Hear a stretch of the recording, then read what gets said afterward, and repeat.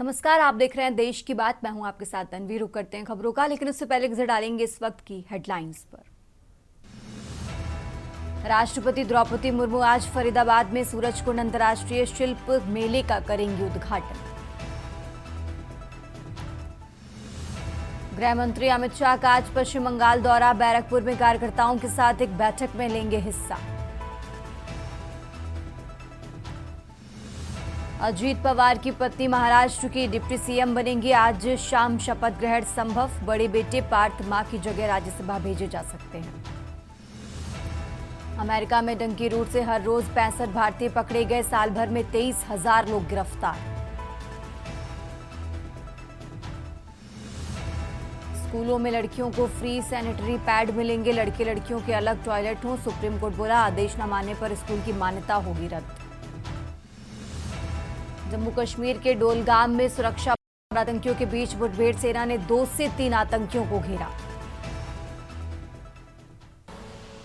आप देख रहे हैं के न्यूज़, खबरों का सारथी। और अब रुक करते हैं खबरों का।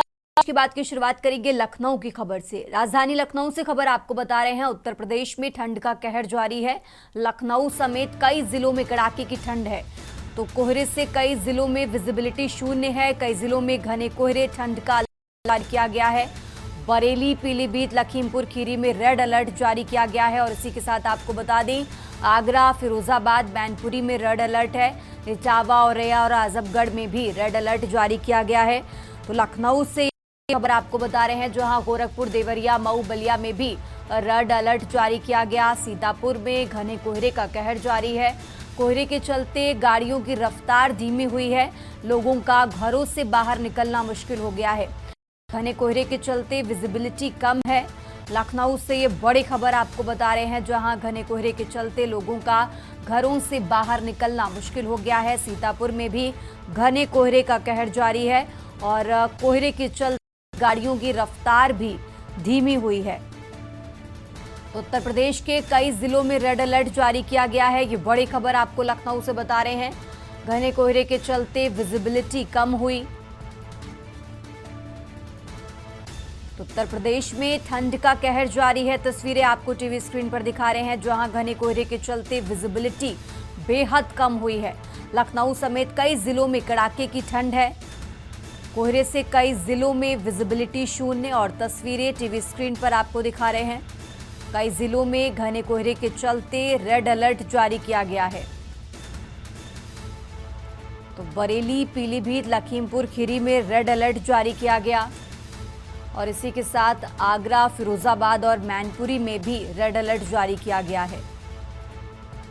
तो इटावा, औरैया और आजमगढ़ में भी रेड अलर्ट जारी किया गया। घने कोहरे के चलते विजिबिलिटी कम हुई है। गोरखपुर, देवरिया, मऊ, बलिया में भी रेड अलर्ट जारी किया गया है। लखनऊ से ये बड़ी खबर आपको बता रहे हैं। सीतापुर में भी घने कोहरे का कहर जारी है। तो कई इलाकों में स्थिति बेहद खराब है। उत्तर प्रदेश के कई जिलों के लिए रेड अलर्ट जारी किया गया है। घना कोहरा छाया है और उनका घरों से बाहर निकलना मुश्किल हो गया है। तो उत्तर प्रदेश में ठंड का कहर जारी है। लखनऊ से ये बड़ी खबर आपको बता रहे हैं। और आगे बढ़ते खबरों में खबर दिल्ली से है, जहां गृह मंत्री अमित शाह का आज पश्चिम बंगाल दौरा है। 2 दिवसीय दौरे पर आज दूसरा दिन है गृह मंत्री अमित शाह का। तो अमित शाह बीजेपी के कार्यक्रमों में आज शामिल होंगे। और इसी के साथ आपको बता दें, बैरक कार्यकर्ताओं की बैठक में हिस्सा लेंगे। तो दिल्ली से ये बड़ी खबर आपको बता रहे हैं। पश्चिम बंगाल के दौरे पर हैं गृह मंत्री अमित शाह और आज उनके 2 दिवसीय दौरे का दूसरा दिन है। शाह बीजेपी के कार्यक्रमों में शामिल होंगे। बैरकपुर में कार्यकर्ताओं की बैठक में हिस्सा लेंगे। बैठक के बाद उत्तर बंगाल के लिए उड़ान भरेंगे।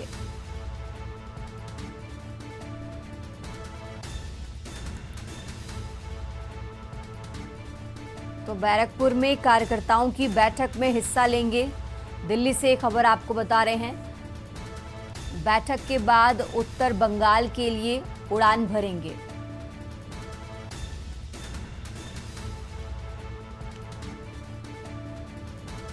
तो तो गृह मंत्री अमित शाह का आज पश्चिम बंगाल दौरा है। दिल्ली से खबर आपको बता रहे हैं। 2 दिवसीय दौरे पर गृह मंत्री अमित शाह बीजेपी के कार्यक्रमों में शामिल होंगे। बैरकपुर में कार्यकर्ताओं की बैठक में हिस्सा लेंगे। दिल्ली से खबर आपको बता रहे हैं।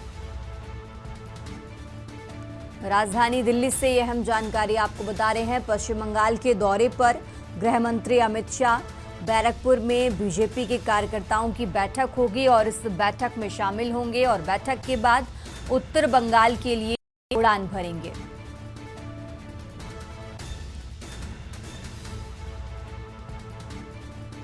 तो गृह मंत्री अमित शाह आज पश्चिम बंगाल के दौरे पर हैं। राजधानी दिल्ली से ये बड़ी खबर आपको बता रहे हैं। 2 दिवसीय दौरे पर गृह मंत्री अमित शाह आज बीजेपी के कई कार्यक्रमों में शामिल होंगे, बैठक भी करने वाले हैं। गृह मंत्री अमित शाह बीजेपी के कार्यकर्ताओं के साथ ये बैठक होगी। तो दिल्ली से ये बड़ी खबर आपको बता रहे हैं। पश्चिम बंगाल के दौरे पर गृह मंत्री अमित शाह।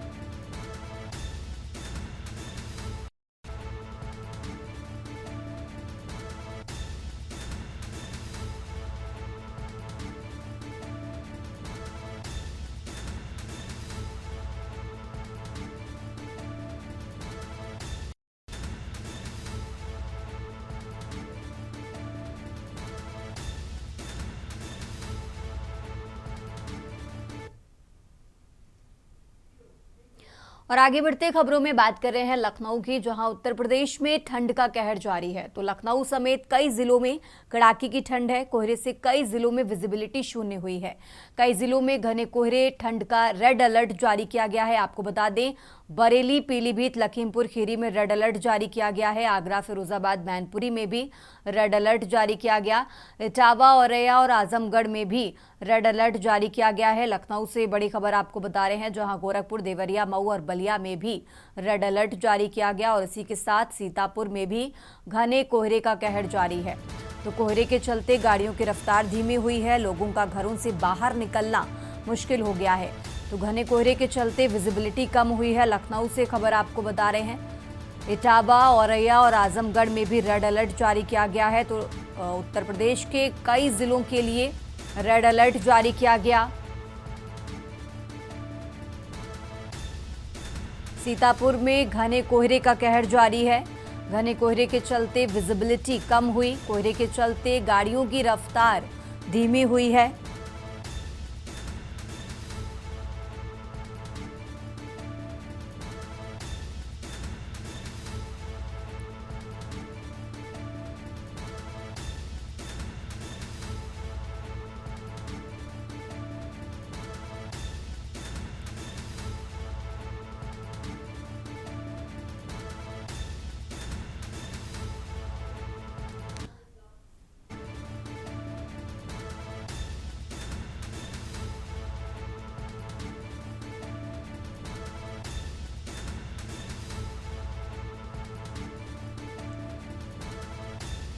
तो बरेली, पीलीभीत, लखीमपुर खीरी में भी रेड अलर्ट जारी किया गया है। आगरा, फिरोजाबाद, मैनपुरी में भी रेड अलर्ट जारी किया गया। लखनऊ से ये बड़ी खबर आपको बता रहे हैं। उत्तर प्रदेश के कई जिलों के लिए रेड अलर्ट जारी किया गया है।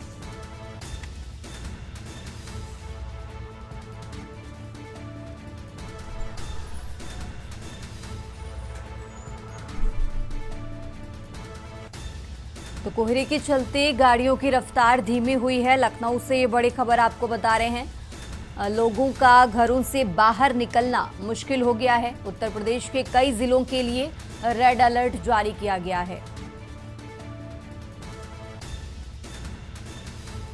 तो उत्तर प्रदेश में ठंड का कहर जारी है। लखनऊ से खबर आपको बता रहे हैं। लखनऊ समेत कई जिलों में कड़ाके की ठंड।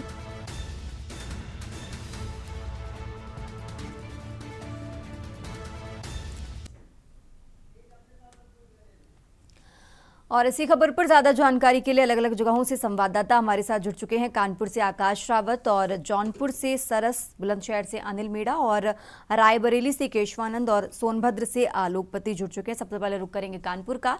आकाश, जिस तरीके से घने कोहरे का अलर्ट जारी है और इसी को लेकर उत्तर प्रदेश के कई जिलों में रेड अलर्ट जारी किया गया, अभी फिलहाल आप जहां पर मौजूद हैं वहां पर कैसी स्थिति है? क्या कोहरा सुबह से जस का तस बना हुआ है? फिलहाल क्या कुछ अपडेट है आकाश? जी बिल्कुल, जिस तरीके से कल बीती रात कोहरा था उसी तरीके से आज भी कोहरा बना हुआ है। सुबह से ही भीषण कोहरा है, जिसकी वजह से सड़कों पर भी सन्नाटा पसरा हुआ है। लोगों का आवागमन में कहीं ना कहीं बाधा बना हुआ है कोहरा।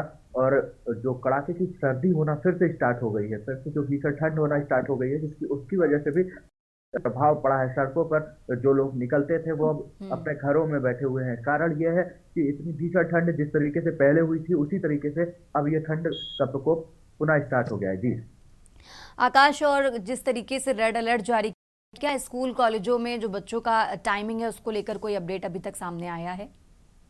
जी अभी तक कोई अपडेट सामने नहीं आया है। जो स्कूल कॉलेजेस के जो टाइमिंग थी वो टाइमिंग अभी तक सेम शेड्यूल पे चल रही है। हालांकि आज और कल के मौके हुए हो सकता है कि आगे की टाइमिंग में चेंज किया गया जाए, या फिर जो नर्सरी से 8 तक के छात्र छात्राओं के विद्यालय हैं वो बंद किए जाएं। जी ठीक है आकाश, आप हमारे साथ बने रहिए। हमारे साथ जौनपुर से सरस भी हम उनका रुख करते हैं। इस तरीके से आज हम तस्वीरों में देख पा रहे थे घना कोहरा छाया हुआ है। प्रशासनिक स्तर पर कैसी तैयारियां हैं? लोगों को इससे कैसे निपटने के लिए, सावधान रहने के लिए अपील की गई है?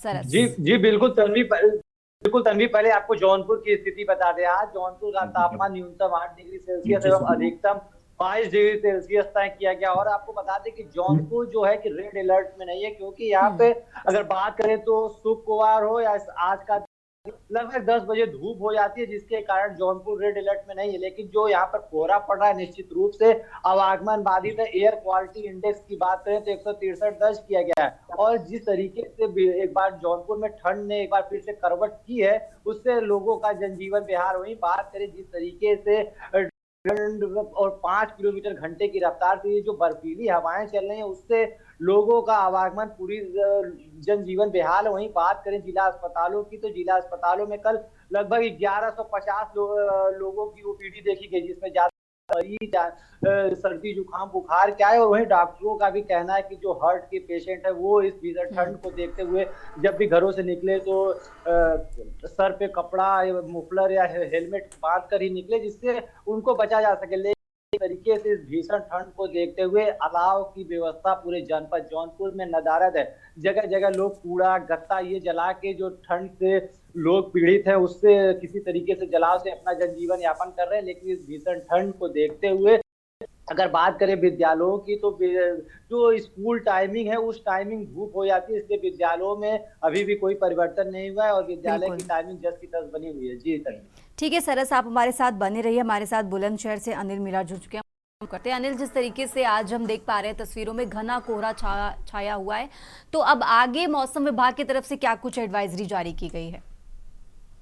जी देखिए तनिष, बिल्कुल मैं आपको बता दूं, अगर जनता बुलंदशहर की जिस तरह से बात करते हैं, जनता बुलंदशहर घने कोहरे का प्रकोप देखने को मिला है। जब से जो बारिश हुई है, बारिश के बाद से लगातार सर्दी का असर भी बढ़ना शुरू हो गया और लोगों को काफी परेशानी का सामना करना पड़ा है। अगर वाहनों की रफ्तार की बात करें तो कहीं ना कहीं कोहरे के कारण वाहनों की रफ्तार पर भी तनिक ब्रेक लगे हैं, और ब्रेक लगने की अगर बात की जाए तो कहीं ना कहीं को घर से निकलना भी दुश्वार हो रहा है। हालांकि स्वास्थ्य विभाग के अधिकारियों की अगर बात करें, स्वास्थ्य विभाग के अधिकारियों ने जनता के लोगों से अपील की थी कि मौसम परिवर्तन हो रहा है और परिवर्तन के साथ साथ लोग बिना गर्म कपड़े पहने घर से ना निकले, और उसी को लेकर जो लोगों की लापरवाही कहीं ना कहीं देखने को मिली है, क्योंकि लोग जब दिन में गर्मी लगती है तो लोग जैकेट वगैरह उतार देते हैं, और जब शाम को सर्दी होती है तो उसी कारण बीमार पड़ जाते हैं, और बीमार पड़ने के कारण अस्पतालों में मरीजों की संख्या में भी इजाफा हुआ है। देखिए, अगर बात किया सर्दी को लेकर, और देखिए मेरे साथ यहाँ मौजूद है, देखिए सबसे व्यस्त चौराहा है तरवी, जिस वक्त जहाँ पे मैं खड़ा हूँ, तो यहाँ देखिए तस्वीरों में देख सकते हैं, अगर वाहनों की जो रफ्तार है उस पर भी कहीं ना कहीं ब्रेक लगे।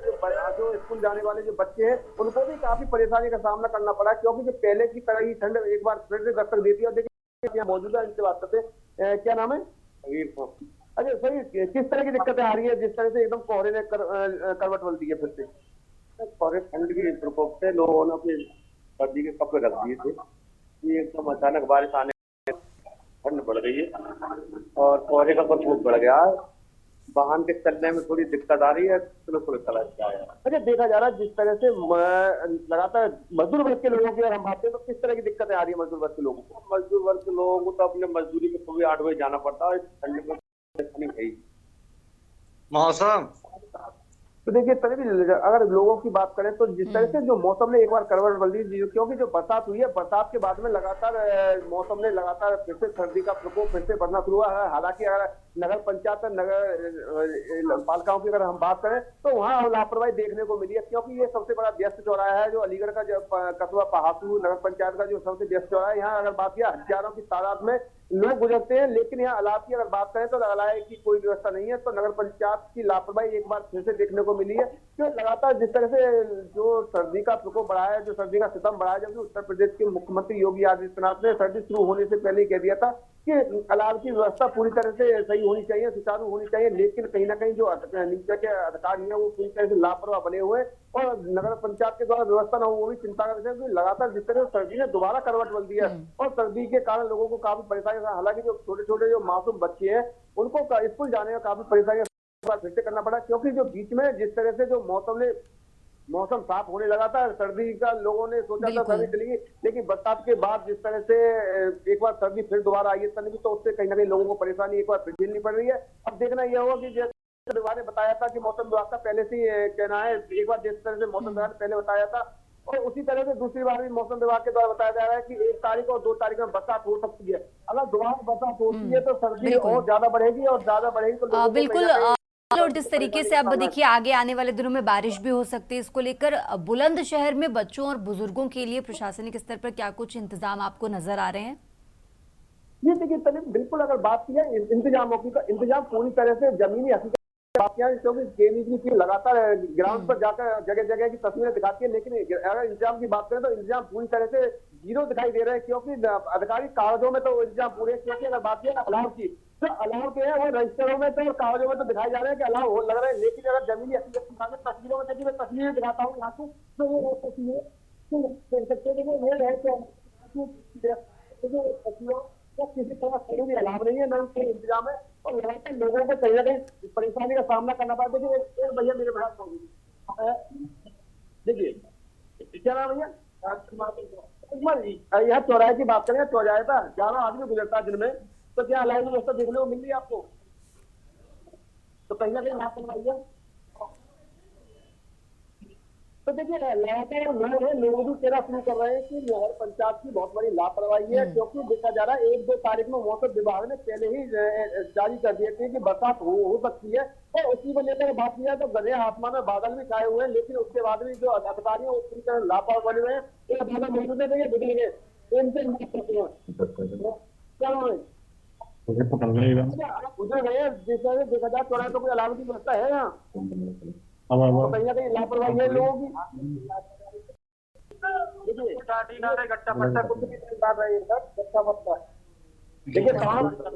सर्वी जनता के लोग हैं, जनता के लोगों की जो कहना है किसी तरह से नगर पंचायत द्वारा गट्टा नहीं लगी, कागजों में वो गट्टे पूरी तरह से पड़ रहे हैं, कागजों में अगर व्यवस्था है वो पूरी तरह से होती हुई दिखाई दे। जमीनी हकीकत की बात करें तो जमीनी हकीकत में इस तरह की कोई व्यवस्था नहीं है, और लगातार देख सकते हैं कि जिस तरह से जबकि मौसम विभाग ने पहले ही अलर्ट जारी कर दिया था कि 1 या 2 तारीख में बरसात फिर हो सकती है, उसके साथ बात में जो लापरवाही है बच्चों की, देखिए बच्चों की अगर बात नहीं है तो बच्चों को स्कूल जाने में काफी परेशानी का सामना करना पड़ रहा है, क्योंकि अगर व्यवस्थाओं की बात करें, व्यवस्था बुलंदशहर में पूरी तरह से चौपट है, लेकिन कागजों में तमाम व्यवस्थाएं पूरी तरह से बढ़िया बनी हुई है। जमीनी हकीकत पर वो व्यवस्था पूरी तरह से जोरी है। लेकिन उत्तर प्रदेश के मुख्यमंत्री योगी आदित्यनाथ के जो निर्देश है उनको भी कहीं ना कहीं बुलंदर पलीदा लगाया जा रहा है। और अधिकारियों की बात करें, अधिकारी कुंभकर्ण की नींद सोए, क्योंकि लापरवाह जो नगर पंचायत के और नगर पालिका के जो कर्मचारी उन पर कार्रवाई नहीं होना, वो भी कहीं ना कहीं तनवी चिंता का विषय है कि आखिरकार वो पैसा कहाँ बंदरबाट हो रहा है। क्योंकि जो गट्टे का जो पैसा है, जो ईंधन का जो पैसा है, वो उसका पूरा पैसा भुगतान किया जा रहा है, लेकिन वो पैसा बंदरबाट किया जा रहा है, कागजों में अलाव दिखाए जा रहे हैं, लेकिन जमीनी हकीकत पर लाभ नहीं दिखाए जा रहे। तो आखिरकार इस तरह की जांच होनी चाहिए, जो नगर लापरवाह अधिकारियों के खिलाफ कार्रवाई हो।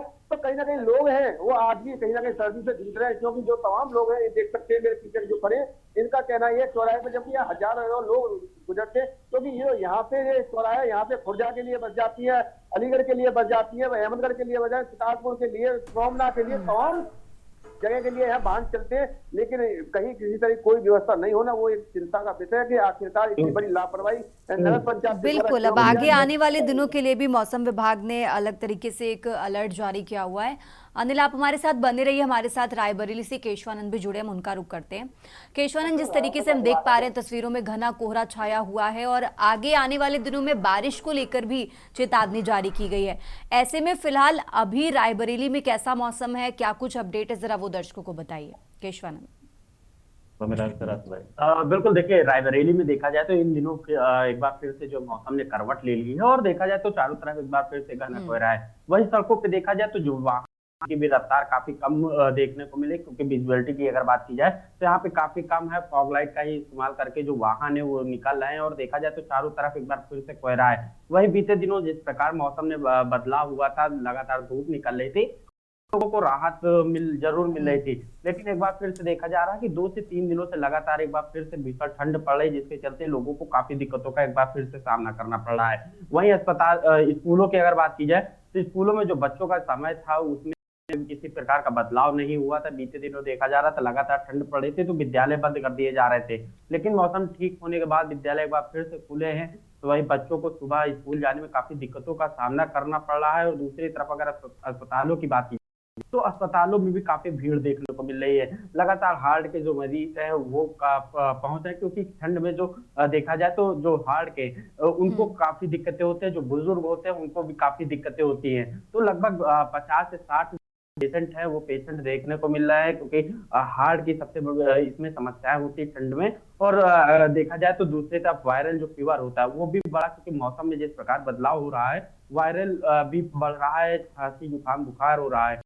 इसके चलते अस्पतालों में भीड़ देखने को मिल रही है। इमरजेंसी में भी पूरी तरह से स्वास्थ्य महकमे की तरफ से व्यवस्थाएं की गई हैं, ओपीडी में व्यवस्थाएं की गई, दवाओं की पर्याप्त मात्रा रखी गई है, ईसीजी मशीनें भी रखी है, ताकि किसी भी प्रकार के जो मरीज हो उनको दिक्कतें ना हो सके, वो चाहे हार्ट अटैक के मरीज हो या वायरल फीवर के मरीज हो, पूरी व्यवस्थाएं की गई है। लेकिन इस बीच जो नगर पालिका होती है वो नगर पंचायत की टीमें होती हैं, उनकी तरफ से रैन बसेरे तो बाकायदा अभी भी खुले हुए हैं। रायबरेली में 5 रैन बसेरे बनाए गए थे, जिसमें 3 स्थायी और 2 अस्थायी रैन बसेरे हैं, वो बाकायदा भी संचालित है। लेकिन जो रायबरेली के जो के पॉइंट है वो रायबरेली में सैकड़ों से अधिक अगर बात की जाए तो अलाव के पॉइंट रखे गए थे। वो सभी व्यस्ततम चौराहे हो या जिला अस्पताल हो, महिला जिला अस्पताल हो, या फिर जो बस स्टॉप है, रेलवे स्टेशन, जहाँ से लोगों की हजारों की संख्या में प्रतिदिन रहती है, वहां पे अलाव की व्यवस्थाएं की गई थी। लेकिन जिस प्रकार मौसम बदला है उसके बाद अब देखा जा रहा है कि नगर पंचायत की टीम या नगर पालिका की टीम के द्वारा वहां पे अलाव की व्यवस्थाएं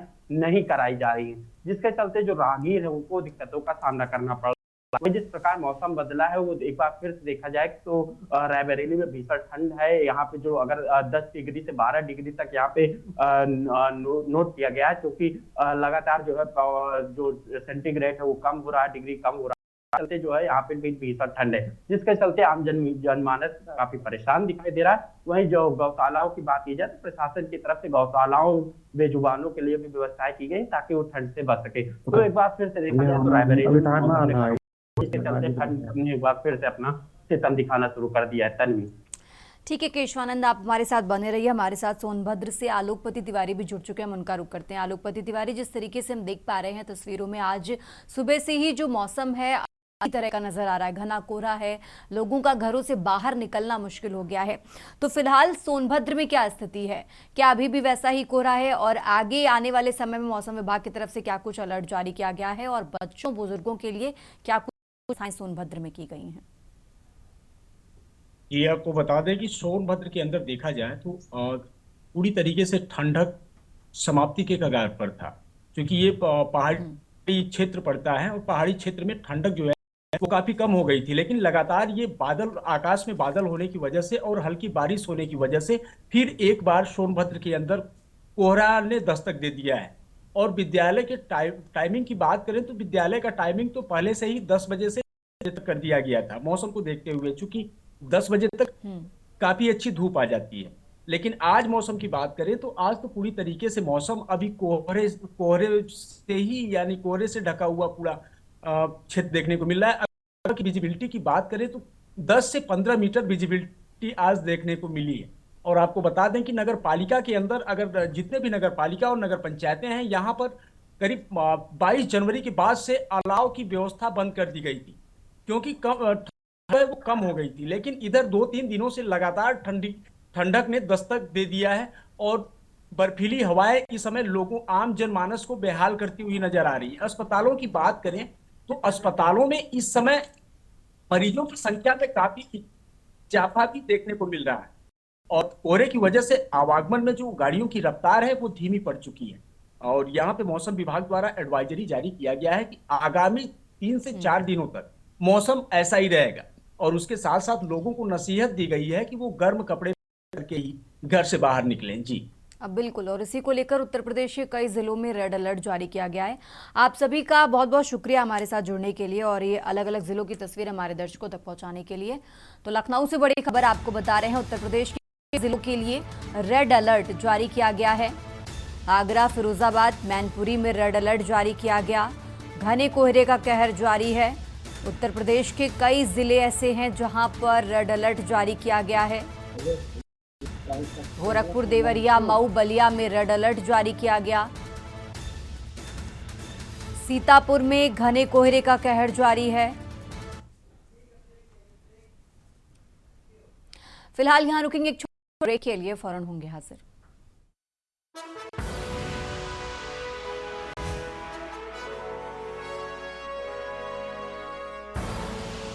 आप देख रहे हैं के न्यूज, खबरों का। नमस्कार, देश की बात में आप सभी का स्वागत है। मैं हूं आपके साथ यशी शुक्ला और रुक के खबरों का। जम्मू कश्मीर में सुरक्षा बलों और आतंकियों के बीच किश्तवाड़ में सेना और आतंकवादियों में मुठभेड़ जारी। बता दें कि सुरक्षा बलों से डोलगाम इलाके में चल रही है मुठभेड़।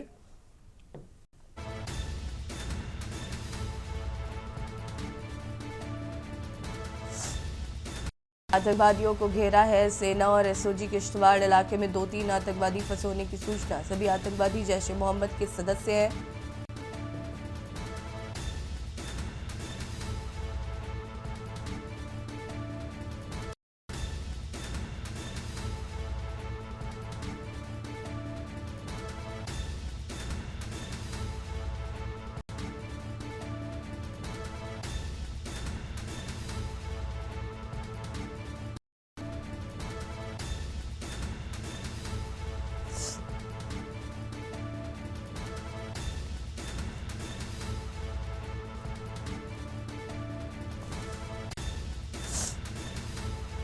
में 2-3 आतंकवादी फंसे होने की सूचना।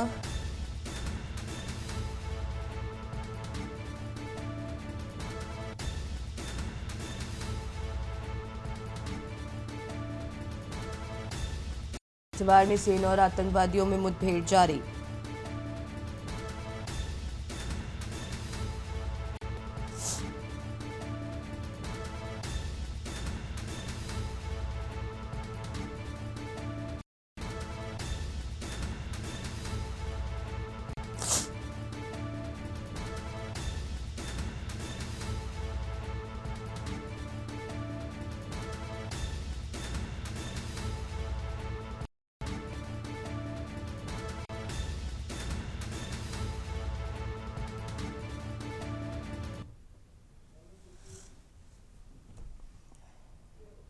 दिल्ली से खबर, एनसीपी ने सभी विधायकों और एमएलसी की बैठक बुलाई है। बता दें कि आज दोपहर 2 बजे मुंबई के विधान भवन में बैठक। अजीत पवार के निधन के बाद पार्टी के विधायकों की मीटिंग होगी।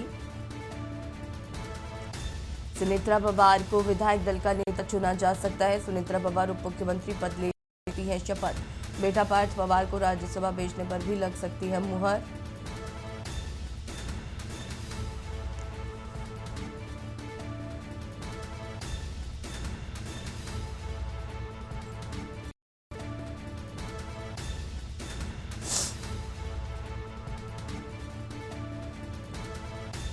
सुनेत्रा पवार उप मुख्यमंत्री पद की ले सकती हैं शपथ।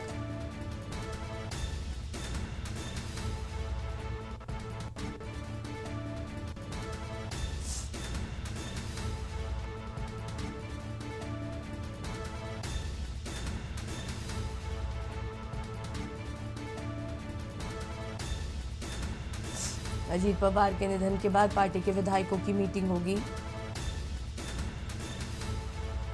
सुनेत्रा पवार को विधायक दल का नेता चुना जा सकता है।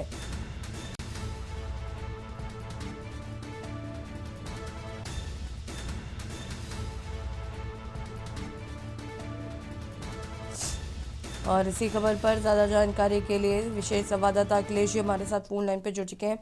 अखिलेश जी, क्या कुछ जानकारी है? सुनेत्रा पवार को उप मुख्यमंत्री पद की आज वो शपथ ले सकती है। देखिए, महाराष्ट्र के उप मुख्यमंत्री रहे अजीत पवार के विमान हादसे में मौत के बाद राजनीतिक घटनाक्रम पूरी तरह से अब बदलने लगा है। एनसीपी में अजीत पवार के वारिस के तौर पर उनकी पत्नी सुनेत्रा पवार को सरकार में ताजपोशी करने की तैयारी की जा रही। इसको लेकर एनसीपी नेता प्रफुल्ल पटेल ने महाराष्ट्र के मुख्यमंत्री देवेंद्र फडणवीस से कल शाम मुलाकात की थी और उसने ये साफ कर दिया था कि एनसीपी के कोटे में अजीत पवार के जगह पर किसी को शामिल किया जा रहा है, उसको नाम तय किया गया। इसके बाद मुख्यमंत्री देवेंद्र फडणवीस की तरफ से कहा गया कि एनसीपी जो भी फैसला लेती है महाराष्ट्र सरकार उनके फैसले का स्वागत करेगी, इसमें हर तरह से अजीत पवार परिवार के साथ में रहेगी। इसके बाद ये तय हुआ कि एनसीपी के सभी विधायक और विधान परिषद सदस्यों की आज बैठक 11 बजे महाराष्ट्र के विधान भवन में बुलाई गई है। इस बैठक में कहा जा रहा है कि सुनेत्रा पवार को एनसीपी के विधायक दल का नेता चुना जाएगा। इसके बाद वो शाम करीब 5 बजे आज ही उप मुख्यमंत्री के तौर पर महाराष्ट्र में शपथ ले सकती है। इसके लिए तैयारी भी चल रही है, लेकिन आधिकारिक तौर पर इसकी पुष्टि और इसका आधिकारिक तौर पर इसका ऐलान करीब 11 बजे के बाद किया जाएगा, जब विधायक और एमएलसी की बैठक होगी, जिसमें सुनेत्रा पवार को विधायक दल का नेता एनसीपी का चुना जाएगा। इसके अलावा एक और फैसला किया गया है कि बतौर सांसद सुनेत्रा पवार अभी दिल्ली में काम कर रहे हैं, तो अब वो अजीत पवार के रहने के बाद महाराष्ट्र संभालेंगी और उनका बेटा पार्थ पवार को दिल्ली भेजने की तैयारी एनसीपी की तरफ से की गई है। तो जहां पर राज्यसभा सांसद के तौर पर पार्थ पवार को लोकसभा में भेजा जा राज्यसभा में भेजा सकता है, इसके लिए विधायक दल में बैठक होगी और इस बैठक में इस पर भी मुहर लग सकती।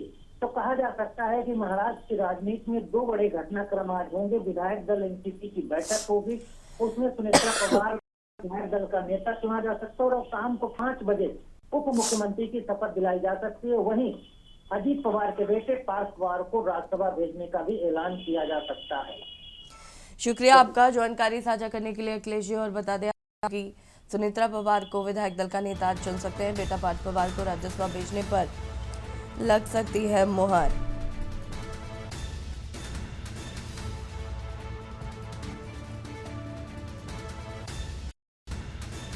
आज दोपहर 2 बजे मुंबई के विधान भवन में होगी बैठक।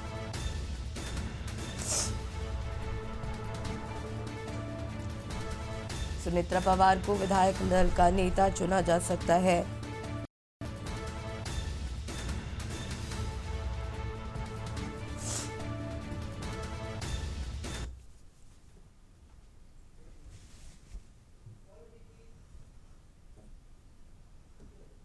से खबर जहां पर मुख्यमंत्री योगी आदित्यनाथ करेंगे उद्योग बंद की समीक्षा बैठक शाम 5:30 बजे एनएक्सी में समीक्षा बैठक होगी।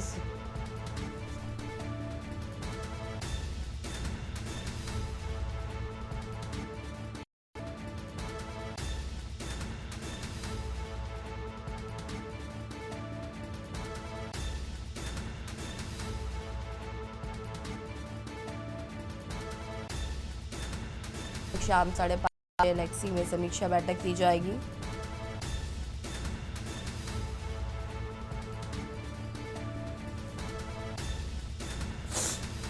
शाम 5:30 बजे एनेक्सी में होगी समीक्षा बैठक।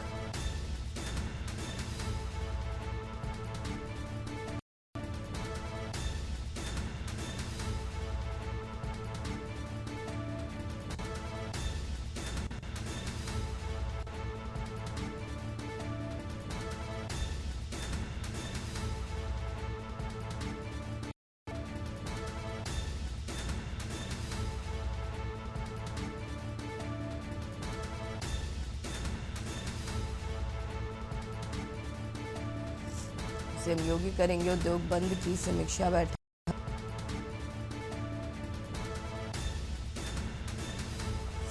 शाम 5:30 बजे एनेक्सी की बैठक होगी। सीएम योगी करेंगे उद्योग बंद की समीक्षा बैठक। और इसी खबर पर ज्यादा जानकारी संवाददाता मनीष हमारे साथ जुड़ चुके हैं। मनीष, का कुछ जानकारी, आज शाम 5:30 बजे एनेक्सी की बैठक होनी है।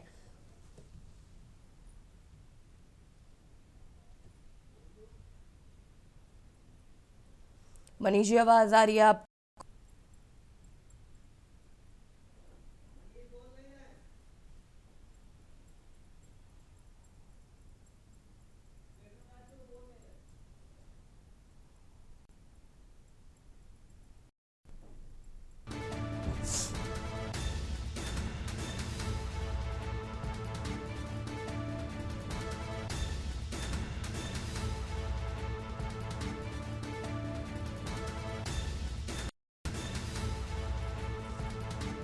शाम 5:30 बजे एनेक्सी में होगी समीक्षा बैठक।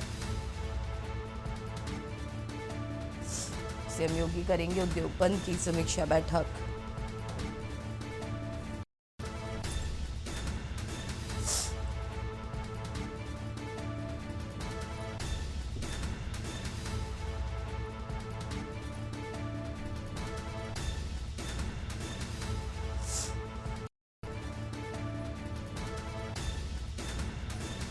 सीएम योगी करेंगे उद्योग बंद की समीक्षा बैठक। और इसी खबर पर ज्यादा जानकारी के लिए संवाददाता मनीष हमारे साथ जुड़ चुके हैं। मनीष, क्या कुछ जानकारी है?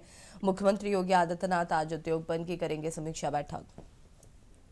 जी बिल्कुल, जिस प्रकार से देखा जाए उत्तर प्रदेश के मुख्यमंत्री आज समीक्षा बैठक करेंगे, विभागों की समीक्षा बैठक करेंगे। जो योजनाएं और उत्तर प्रदेश में चल रही उन्हीं सिलसिले को लेकर के जो है सभी अधिकारियों से बातचीत उनके द्वारा की जाएगी। जिस प्रकार से मुख्यमंत्री के द्वारा कल भी निर्देश जारी किए कि जो भी बजट है, बजट में किसी प्रकार की कोई भी कमी न होने पाए। अगर कोई किसी योजना में कोई बजट की कमी होती है तो तत्काल प्रभाव से जो है वित्तीय विभाग से जो है परमिशन मांगे। 15% से ऊपर की परमिशन जो है विभाग से लेनी पड़ेगी। इन्हीं सिलसिले आज मुख्यमंत्री के कई विभागों से जो है बैठक करने के बाद समीक्षा करेंगे। समीक्षा करने के बाद जहां जहां बजट की जरूरत होगी और जो कौन कौन सी योजनाएं आधार में लटकी हुई हैं, इन्हीं सब बातें करके जो ये समीक्षा बैठक देखने को मिलेगी। जी शुक्रिया आपका जानकारी साझा करने के लिए। और बता दें आपको कि आज मुख्यमंत्री योगी आदित्यनाथ करेंगे समीक्षा बैठक। उद्योग बंद की समीक्षा बैठक करेंगे मुख्यमंत्री।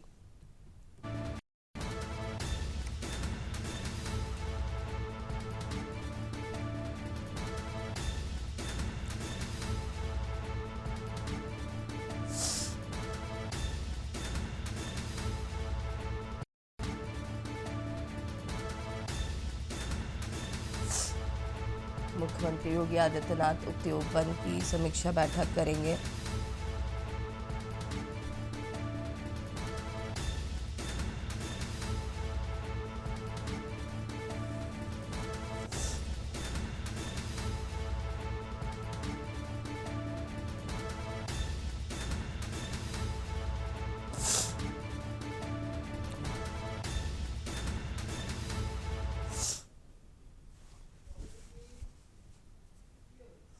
लखनऊ से खबर, जहां पर रिटायर्ड एयरफोर्स अधिकारी को लगी गोली। देर रात अधिकारी को बदमाशों ने मारी गोली। पत्नी के साथ रेस्टोरेंट का संचालन कर रहे थे। शॉपिंग स्क्वायर स्थित रेस्टोरेंट में की गई फायरिंग। गोली लगने से अवधेश पाठक गंभीर रूप से घायल। लोगों ने घायल अधिकारी को अस्पताल पहुंचाया। सूचना पर मौके पर पहुंची पुलिस जांच पड़ताल में शुरू। सुशांत गोल्ड सिटी थाना क्षेत्र का ये पूरा मामला बताया जा रहा है।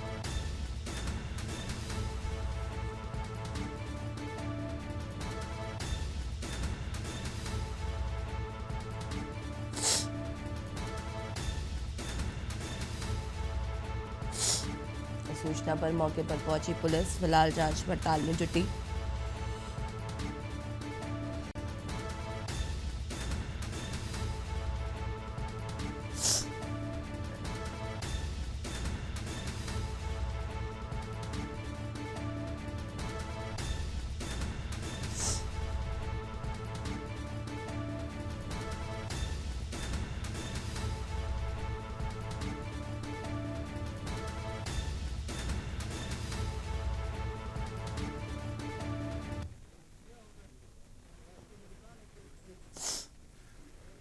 थाना सुशांत गोल सिटी को सूचना मिलती है कि अंसल चौकी क्षेत्र में एक शॉपिंग कॉम्प्लेक्स है जहां पे अवधेश कुमार पाठक नामक व्यक्ति जो कि मूलतः संत कबीर नगर के रहने वाले हैं, इनको गनशॉट इंजरी हुई है। इसमें तत्काल ही पुलिस मौके पे पहुंची और इनको उपचार हेतु वेदांता अस्पताल लेकर गए जहां पे इनकी हालत स्थिर बताई है।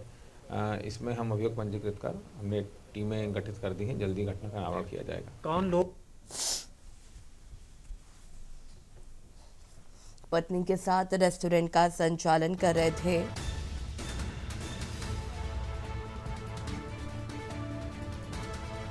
और इसी खबर पर ज्यादा जानकारी के लिए संवाददाता मनीष हमारे साथ जुड़ चुके हैं। मनीष, क्या कुछ जानकारी है इस घटना को लेकर? जिस प्रकार ये जिन तक को जो है बदमाशों के द्वारा जो है गोली मारी गई है, ये रिटायर्ड एयरपोर्ट के अधिकारी थे और पत्नी और ये मिल करके जो है इनके द्वारा जो है रेस्टोरेंट का संचालन किया जा रहा। कल देर रात जो है वहां पर बदमाशों के द्वारा जो है इनको गोली मारी गई। अवधेश पाठक को अब जो है पुलिस के द्वारा जो है एडमिट कराया गया। हालांकि उनका इलाज किया जा रहा है। कहा जा रहा है कि उनकी स्थिति अभी स्थिर है। तो कह सकते हैं कि पुलिस मामले को जो है उनके द्वारा गोल्ड सिटी थाने में दर्ज कर लिया गया है और उनके द्वारा विवेचना की जा रही है। पुलिस का कहना है कि जल्द से जल्द जो है अपराधियों तक जो है वो पहुंच करके उनकी गिरफ्तारी करेंगे। जी, शुक्रिया आपका जो साझा करने के लिए। और बता दें आपको कि पत्नी के साथ रेस्टोरेंट का संचालन करते थे, एयरफोर्स से रिटायर्ड थे। फिलहाल उनकी स्थिति स्थिर बताई जा रही है। लखनऊ से खबर, जहां पर यूपी में आज विशेष पंजीकरण चलाया जा रहा है। मतदाता सूची के नाम जुड़वाने के लिए पंजीकरण अभियान सुबह 11 बजे से शाम 4 बजे तक मौजूद रहेंगे बीएलओ। करीब 2.89 करोड़ लोगों के नाम की सूची दिखाएंगे। काटे गए नामों की लिस्ट दिखाई जाएगी। नाम जुड़वाने के लिए फॉर्म 6 भरा जाएगा।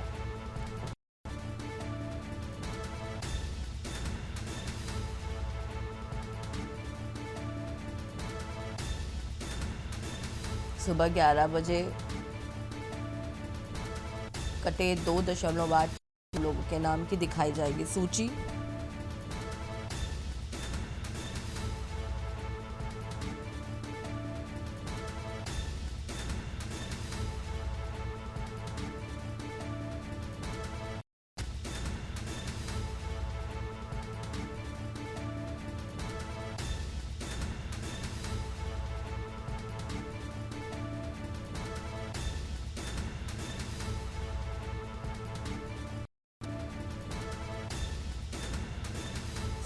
और इसी खबर पर जानकारी के लिए संवाददाता मनीष हमारे साथ जुड़े हुए हैं। मनीष, क्या कुछ जानकारी है जिस तरीके से आज 11 बजे से लेकर शाम 4 बजे तक बीएलओ के साथ ये जो कटे हुए नाम की सूची दिखाई जाएगी?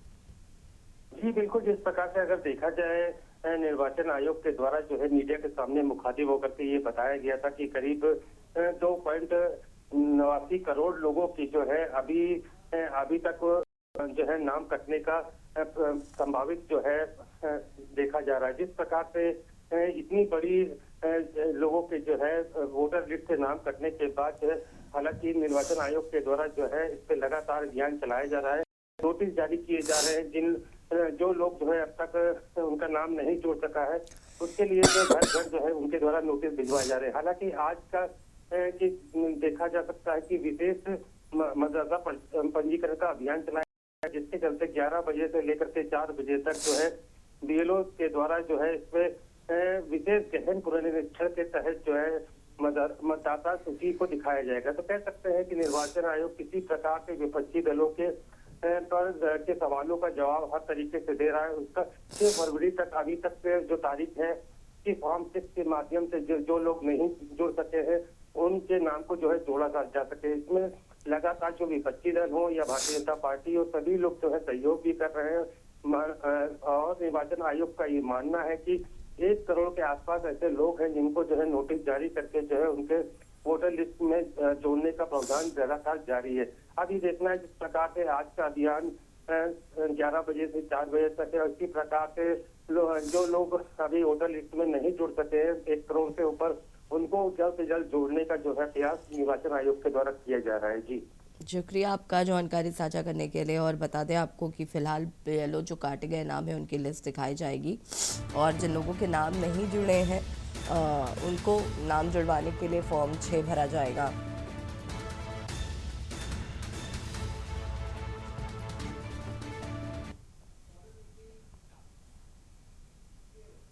लखनऊ में 7 प्रवेश मार्गों पर बनेंगे भव्य द्वार। बता दें कि मुख्यमंत्री योगी आदित्यनाथ ने भव्य द्वार बनाने के लिए निर्देशित किया है।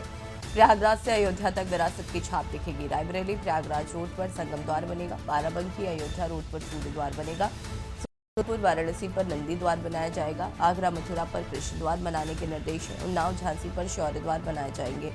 लखनऊ बनेगा आकर्षण और विशिष्ट सांस्कृतिक केंद्र।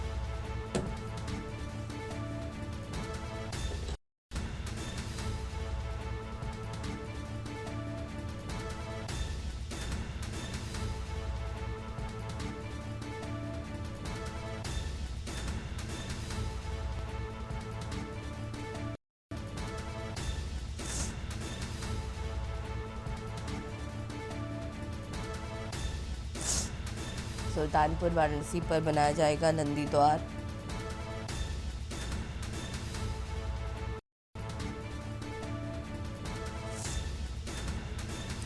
और इसी खबर पर ज्यादा जानकारी के लिए संवाददाता मनीष लगातार हमारे साथ बने हुए हैं। मनीष, क्या कुछ जानकारी है? द्वार बनाए जाएंगे, 7 प्रमुख द्वार बनेंगे और लखनऊ को भी काफी अच्छे तरीके से सांस्कृतिक तरीके से सजाने की बात कही जा रही है, आकर्षण का केंद्र बनेगा। जी बिल्कुल, देखा जाए लखनऊ में 7 प्रवेश द्वार को भव्य रूप से बनाने की जो है शासन के द्वारा जो है तैयारी की जा रही है। जिस प्रकार से देखा जा सकता है प्रयागराज, वाराणसी, अयोध्या, हस्तिनापुर, मथुरा व झांसी मार्ग पर बनाए जाएंगे इन द्वारों को। जिस प्रकार से इनको जो इन द्वारों पर जो है समृद्ध संस्कृति, आध्यात्मिक, ऐतिहासिक और विरासत को दिखाया जाएगा। जिस पर देखा जा सकता है जिस प्रकार से जहाँ का जो कल्चर होगा उसी के द्वारा जो है उसी तरीके से ये द्वार जो है शासन के द्वारा बनाने के निर्देश जारी किए गए हैं। धर्म व शौर्य प्रतीक इन द्वारों को प्रवेश से राजकीय चिन्ह के द्वारा भी होगा। तो कह सकते हैं कि संगम नदी, धर्म, कृष्ण, शौर्य द्वार के जो है इनके जो है नाम रखे जाएंगे। तो कह सकते हैं कि मुख्यमंत्री के निर्देश पर जो है इन द्वारों को बनाने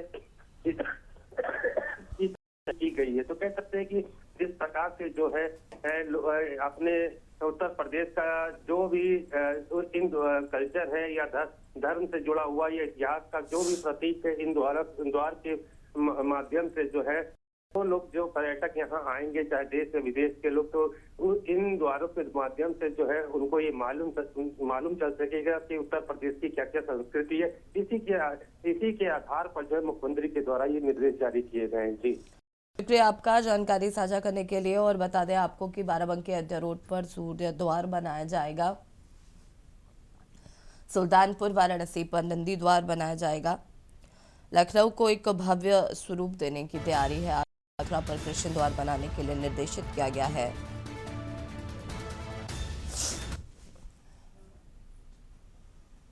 और देशी बात में फिलहाल इतना ही। देखते रहिए न्यूज़ इंडिया। नमस्कार।